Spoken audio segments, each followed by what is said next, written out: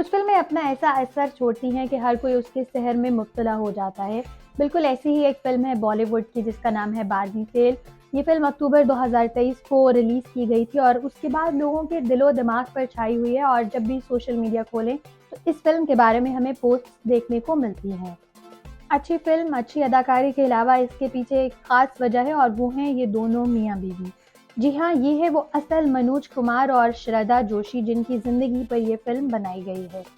और क्या आप जानते हैं कि मनोज और श्रद्धा फ़िल्म के एक सीन में भी दिखाए गए थे, जिसे फैन्स ने ऑनलाइन पोस्ट भी किया और इसको कह सकते हैं कि ये फ़िल्म की बेहतरीन डिटेलिंग की गई है। अब मनोज जो थे वो गरीब घराने से ताल्लुक़ रखते थे और पढ़ाई में भी ख़ासे कमज़ोर थे।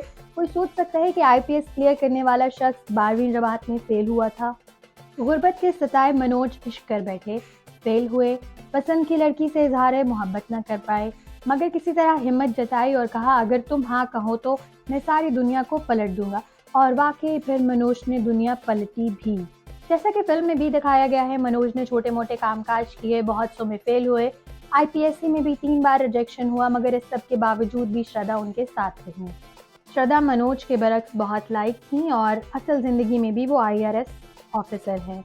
जहाँ तक इस फिल्म का ताल्लुक है, ये ऑस्कर्स के लिए भी नॉमिनेट हो चुकी है और आईएमडीबी पर टॉप रेटिंग मूवी भी बन चुकी है। ये कहानी सिर्फ फिल्म से शुरू नहीं होती क्योंकि बार्बी फेल इंडिया में सबसे ज़्यादा फरोख्त होने वाला नॉवल भी रह चुका है। मनोज और श्रद्धा हकीकी ज़िंदगी में भी आईपीएस और आईआरएस ऑफिसर्स हैं।